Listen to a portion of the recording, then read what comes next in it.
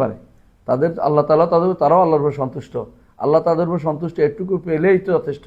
ওয়ারিদওয়ানু মিনাল্লাহি আকবার, আল্লাহর পক্ষ থেকে একটু সন্তুষ্টি, রিদওয়ান অর্থ তানবিন হচ্ছে লিতাকলিল, অর্থাৎ অল্প যদি কোনো সন্তুষ্টি আল্লাহ থাকে তাতেই তারা যথেষ্ট হয়ে যায়, কারণ জান্নাত যাওয়ার জন্য যথেষ্ট হয়ে যায়।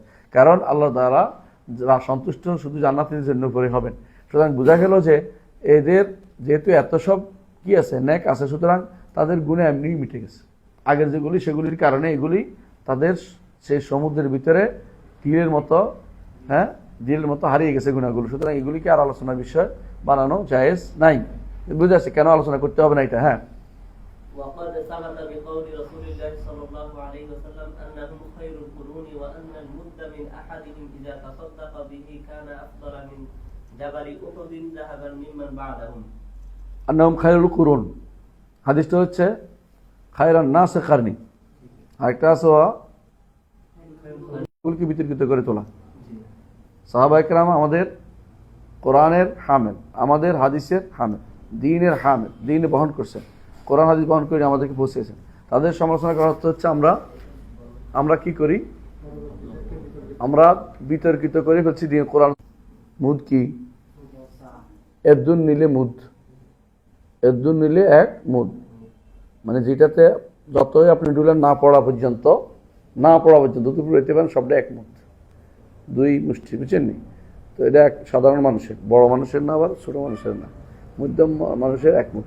এটা হিসাব করে দেখা গেছে এটা হচ্ছে যদি ওজনে হয়, অনেক সময় 2 কেজি 400 হয়, অনেক সময় 2 কেজি 40 হয়, কখনো 2.5 কেজি, কখনো 3 হয়। কারণ আসলে ওজনের জিনিস না, এটা হলো মাপের জিনিস, পরিমাপের জিনিস। পরিমাপ আর ওজন তো এক জিনিস না। পরিমাপ হলো একটা বাটখারার মতো, যেটা দিয়ে এতগুলি দিলাম একসাথে। এই জন্য এটা মুদটা হচ্ছে, আলহামদুলিল্লাহ মুদ আমাদের কাছে আছে, এখন আপনারা জানেন। এবং মুদটা হচ্ছে প্রায়, এটা বলতে পারেন প্রায় 750 গ্রাম হয়। হ্যাঁ, লিটার পানির মতো, লিটার পানি যদি পুরো লিটার হয়। এটা একটা পাত্র, এই পাত্রের ভিতরে যেটা ঢুকাবেন ওইটা অনুসারে ওজন হবে।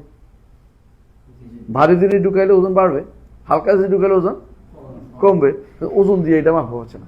খেজুর দিলে ফুরাইলে ওজন কম হবে, কিন্তু আপনি যে কোনো ভালো চাউল দেন ওজন বাড়বে, গম দিলে ওজন বাড়বে, আটা দিলে ওজন কমবে। তাহলে ওজনের জিনিস না, এটা কিসের জিনিস? পরিমাপের জিনিস।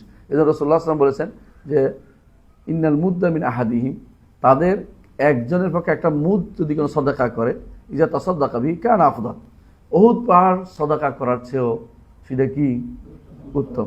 উহুদ পাহাড় সদকা, উহুদ পাহাড় দেখছেন কত বড় জানেন? 7.5 মাইল, এবং এটা প্রশস্ত অনেক বড়, এবং এটা বলছেন যদি কোনো আমরা বাঁকা করে গণিত 13 মাইল হইব, বুঝছেন কিনা? এত বড় জিনিসের সদকা এক মুঠ দিয়ে তারা, তাহলে আপনি তারা যে এক মুঠ সদকা করছে, এটা তো আপনি মনে করতে পারেন আপনার সারা জীবন দিয়ে উহুদ পাহাড় কিনতে পারবেন। তা সদকা দূরের কথা, উহুদ পাহাড় কিছু দিতে পারবেন, মাটিও তো আপনি দিতে পারবেন এত বেশি। তাহলে আপনি বুঝছেন যে ওনাদের কত বড় মর্যাদা। এটা কিন্তু এই শব্দ থেকেই হাদিসের শব্দ থেকে বোঝা যাচ্ছে। যাক, তাহলে বোঝা গেল যে আমরা স্বর্ণ, উহুদ পাহাড় যদি স্বর্ণ বানাইয়া তারপরও দেই, হ্যাঁ, তাহলে তাদের মতো হবে না। ও তো স্বর্ণ বানাতে পারবেন? স্বর্ণ দিলে এত বড় স্বর্ণ দিবেনও না, দিলেও আপনি উহুদ পাহাড় দিবেন না। ওনারা এক মুদ দিছে, খাবারের এক মুদ, যে কোনো খাবারের মুদ দিছে, এটুকু দিছে তারা, এটা আপনি উহুদ পাহাড় স্বর্ণ দিয়েও পারবেন না। তাহলে ওনারা কত বড় মর্যাদা, শুনে এটাকে বুঝে আসছে। সহজে বুঝলে, অর্থ বুঝলে সহজে বুঝতে পারবেন ইনশাআল্লাহ।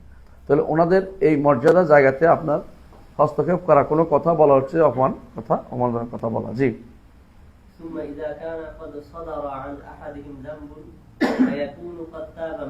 এখন বলতেছে হ্যাঁ মেনে নিলাম যদি গুনাহ হয়ে যায়, তারা সাধারণত এর থেকে তওবা করার তৌফিক পেয়েছেন, হ্যাঁ,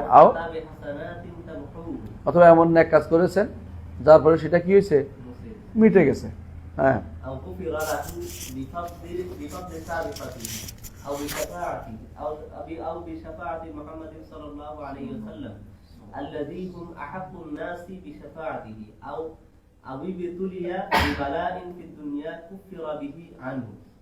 তিনটি কারণ বলছে। অথবা যদি কোনো মনে করে সব কিছু ধরে নিলাম গুনাহ রয়ে গেছে, তারপরে এই গুনাহ কি ক্ষমা হয়ে গেছে, তিনটি কারণ বলছে। এক নম্বর কারণ হচ্ছে যে তাদের আগে যে সমস্ত নেক হাসানাত আছে ওগুলির কারণে, ইনার হাসানাত ইউধিবিনা সাইয়্যাত, সেগুলির কারণে এগুলি হারিয়ে গেছে, সমুদ্রের মধ্যে ডুবে গেছে, মনে রাখবেন। আরেকটা হচ্ছে অথবা যদি থেকেই গেল, মুহাম্মদ রাসূলুল্লাহ সাল্লাল্লাহু আলাইহি ওয়াসাল্লাম সুপারিশ তাদের নসিব হবে। কারণ মুহাম্মদ রাসূলুল্লাহ সাল্লাল্লাহু আলাইহি ওয়াসাল্লাম বলছেন, আহাক্কুন নাসি বিশাফাআতি মান ক্বালা লা ইলাহা ইল্লাল্লাহ সাদিকাম মিন কলবি। আমার উম্মতের মধ্যে তারাই আমার সুপারিশ পেয়ে ধন্য হবে যারা অন্তঃস্থল থেকে কি বলেছে, লা ইলাহা ইল্লাল্লাহ ইখলাস হতে বলেছে। আর এর মধ্যে শেষ সবার আগে কারা? সাহাবায়ে কেরাম, নিঃসন্দেহে। অথবা ৩ নম্বর যদি বলে এটাও না এটাও না, সুপারিশ আগেও আরেকটা জিনিস দেখি, তাদের এমন সব বিপদ হয়েছে যে বিপদের কারণে পরীক্ষিত হয়েছে, পরীক্ষার কারণে তারা কি হয়েছে, তাদের কাফারা হয়ে গেছে, এই গুনার কাফারা হয়ে গেছে। সুতরাং যারা গুনাহ থেকে কাফারা, গুনাহ হওয়ার পরে ধরে নিলাম গুনাহ হয়েছে, ধরে নেওয়ার বিষয় যে গুনার কাজ করছে প্রমাণিত হয়নি, সোজা কথা এটাই। ধরে নেওয়ার পরে যদি কোনো এরকম, তারপরে তো সেটা কি হয়ে যায়, ক্ষমা হয়ে যায়। হ্যাঁ হ্যাঁ, যদি এটা হয় মুজতাহিদিন, যদি এটা হয় একবারে যেটা একদম নিরেট গুনাহ, নিরেট গুনার ভিতরে যদি এটা হয় যে তাদের এত এত এত এত কি অপশন আছে। ১ নম্বর কি,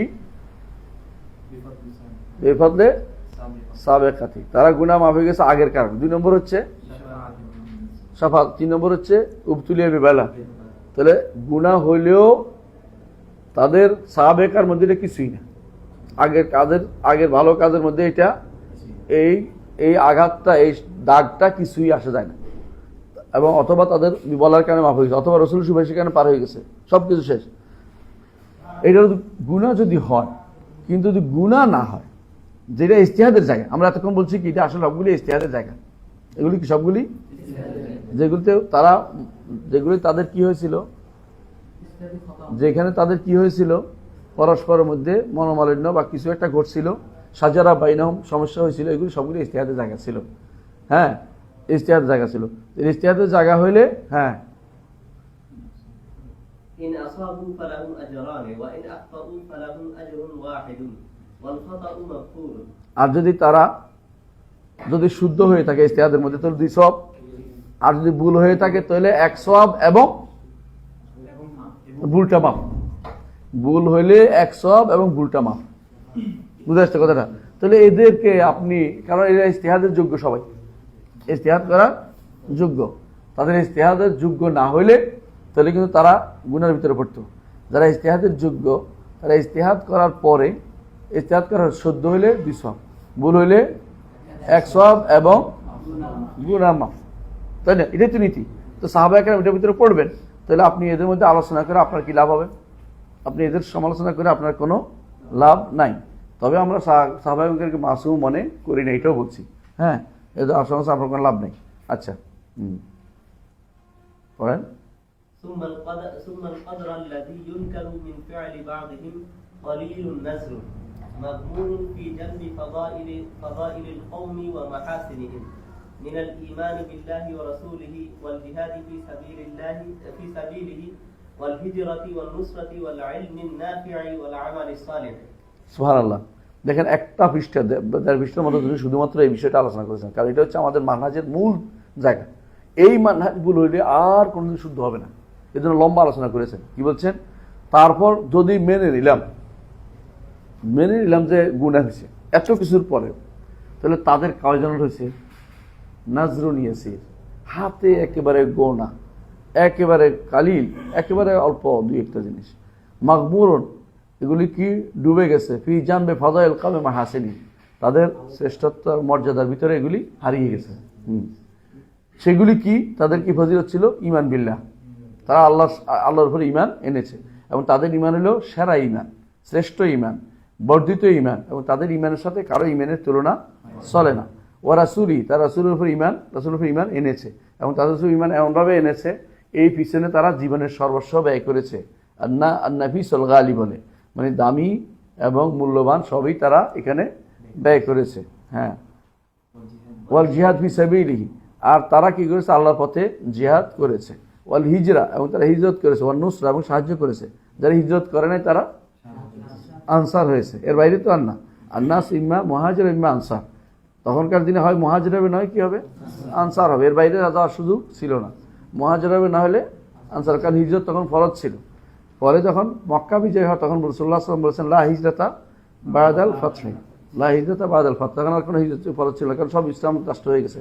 কিন্তু সাহাবায়ে কেরাম যখন ঈমান এনেছে তখন তাদের জন্য ঈমানটা ছিল কি, হাতের মধ্যে অঙ্গার নিয়ে চলাফেরা করা, আরো কঠিন, আরো কঠিন। ঈমানের কথা বলতেও তাদের জন্য জীবন নাশ হওয়ার সম্ভাবনা বেশি, শুধু মুমিন বলার মধ্যেই। ওয়াল ইলমুন নাফি, আর তারা যদি এগুলির পরেও আর কি করেছেন, তারা অতিরিক্ত যোগ্যতা ইলমুন নাফির প্রচার প্রসার করেছেন, উপকারী ইলম সবসময় দিয়ে বেরিয়েছেন। ওয়াল আমালুন সালেহ, এবং সৎ আমল করে গেছেন। সুতরাং ওনাদের আলোচনা সমালোচনা করার অর্থ হচ্ছে নিজের বিপদ নিজে ডেকে আনা। ওয়ালা ইয়াদুরু ইল্লা নাফসা, নিজেকে ছাড়া কাউকে সে ক্ষতিগ্রস্ত করেনি।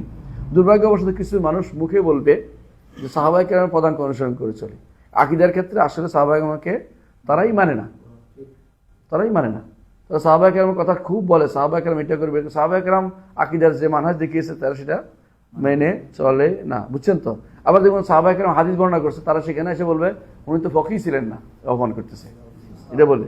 আবার অমুক তো এটা ছিলেন না, অমুক তো এটা বুঝে নাই, অমুক তো এটা করে নাই, এই জাতীয় কথাবার্তা বলে তারা কি করে, যে সমস্ত সহিহ খবর ওয়াহিদ আছে এগুলোকে তারা নিতে চায় না। এর অর্থ তারা কিন্তু সাহাবায়ে কেরামকে সম্মান করে নাই, বুঝে আসছে। সাহাবায়ে কেরাম মানহাজের বাইরে তারা সারাদিন চলে, এবং সাহাবায়ে কেরাম করেন নাই বলে তারা খেপে যায় যে সালাফি বলতে ওই সালাফি বুঝাচ্ছি না, সাহাবায়ে কেরামের উপর না মিথ্যাচার করতে তারা ওস্তাদ, বুঝে আসছে।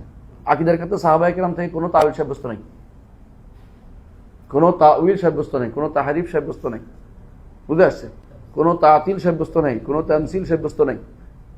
আকীদার ক্ষেত্রে সাহাবায়ে কেরাম থেকে এগুলি একটাও সাব্যস্ত নাই।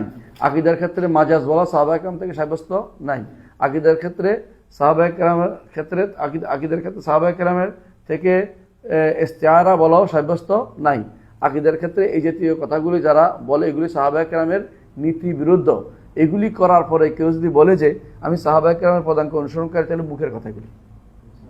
আর বেশিরভাগ বেদাতি, বিশেষ করে আশারি মাতুরিদি, এই গোষ্ঠীর মধ্যে মুখের দাবিতে তারা অন্তত এটা ঠিক রাখছে যে কি, আমরা সাহাবায়ে কেরামকে সমালোচনার তীর বানাবো না। কিন্তু তারা যখন বাস্তব জীবনে আসে বা আকীদা ও মানহাজের ক্ষেত্রে আসে, ধীরে ধীরে তারা এই পথ থেকে দূরে সরে যায়। তবে একটা ভালো দিক হচ্ছে সরাসরি তারা সাহাবায়ে কেরামের সমালোচনা করে না। এর বাইরে তারা সরাসরি সাহাবায়ে কেরামের সমালোচনা করে বিশাল একটা গোষ্ঠী আছে, তারা কি পথভ্রষ্ট, তারা কি পথভ্রষ্ট। এমনকি কখনো কখনো তারা কুফরিতে লিপ্ত হয়ে যায়, নিজেরাও জানে না যে তারা কুফরি করে বেড়াচ্ছে। কথা বুঝতে পারছি? জি, সামনে পড়ি।